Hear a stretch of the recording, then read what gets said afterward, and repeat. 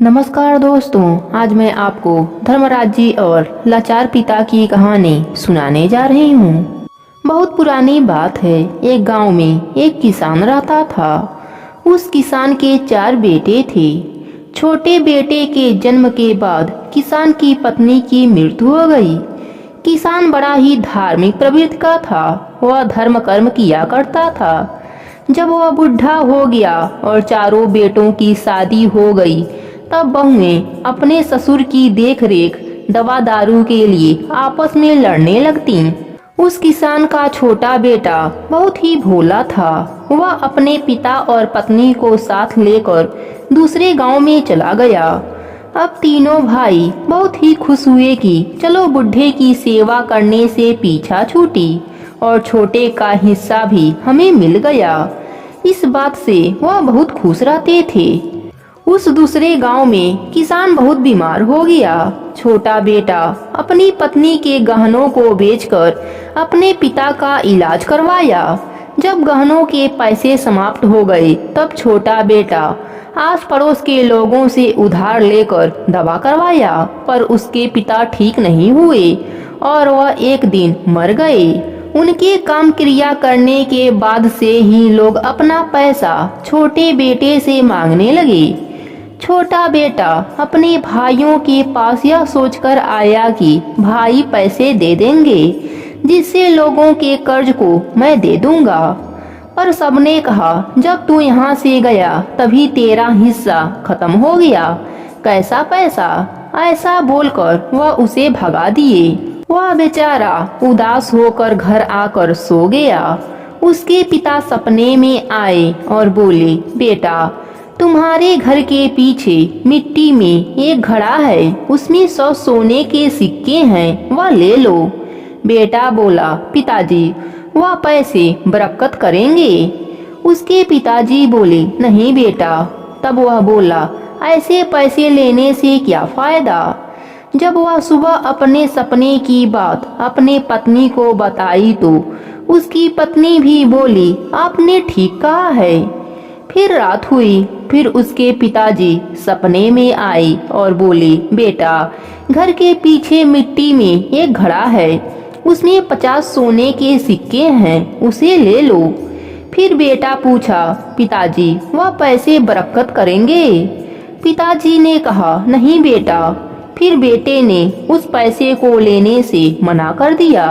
अगले दिन फिर उसके पिता सपने में आए और बोले, बेटा, तेरे घर के पीछे मिट्टी में एक घड़ा है, उसमें 10 सोने के सिक्के हैं, उसे ले लो। बेटा बोला, पिताजी, क्या यह पैसे बरकत करेंगे। पिताजी ने कहा, हाँ बेटा, वह पैसे बरकत करेंगे। बेटा जब सुबह उठा तो सपने की बात फिर अपने पत्नी से कही। दोनों घर के पीछे खोदने लगे। उन्हें एक घड़ा मिला। उस घड़े में 10 सोने के सिक्के मिले। दोनों बहुत खुश हुए। छोटे बेटे की पत्नी ने कहा, ले जाओ, इसे बेचकर उधार चुका दो, और हाँ, बाजार से ताजी मछलियाँ लाना, बहुत दिन हो गए हम लोग अच्छा कुछ नहीं खाए।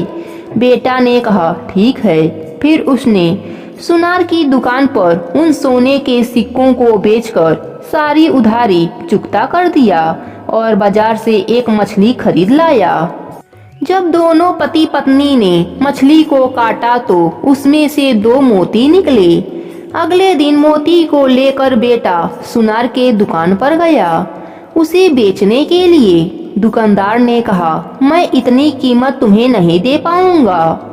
धीरे धीरे बात बढ़ती गई और राजा के पास पहुंच गई।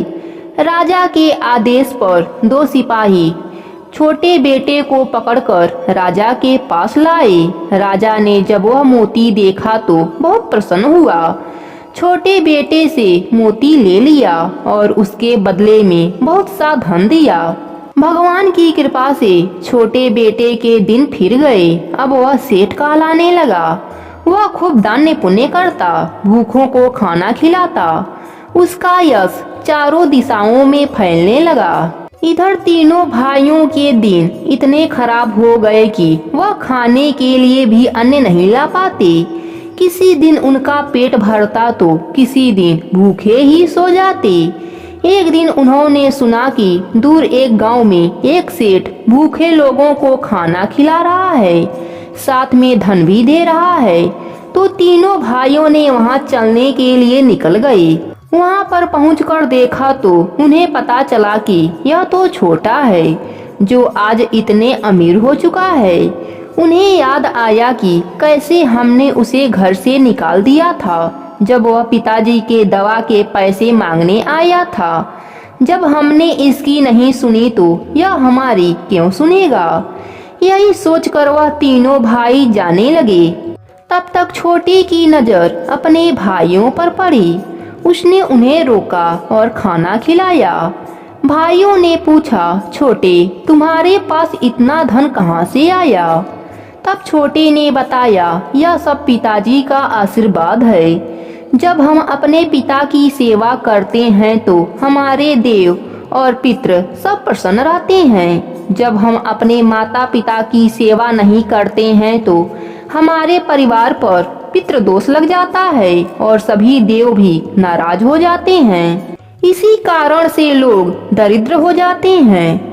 आज तीनों भाइयों को अपने किए गए गलती का एहसास हुआ और हाथ जोड़कर छोटे भाई से क्षमा मांगने लगे। दोस्तों, धर्म कर्म के साथ ही हमें अपने माता पिता का भी सेवा करना चाहिए। इससे हमारा यह लोक और परलोक दोनों सुखमय हो जाता है। धन्यवाद।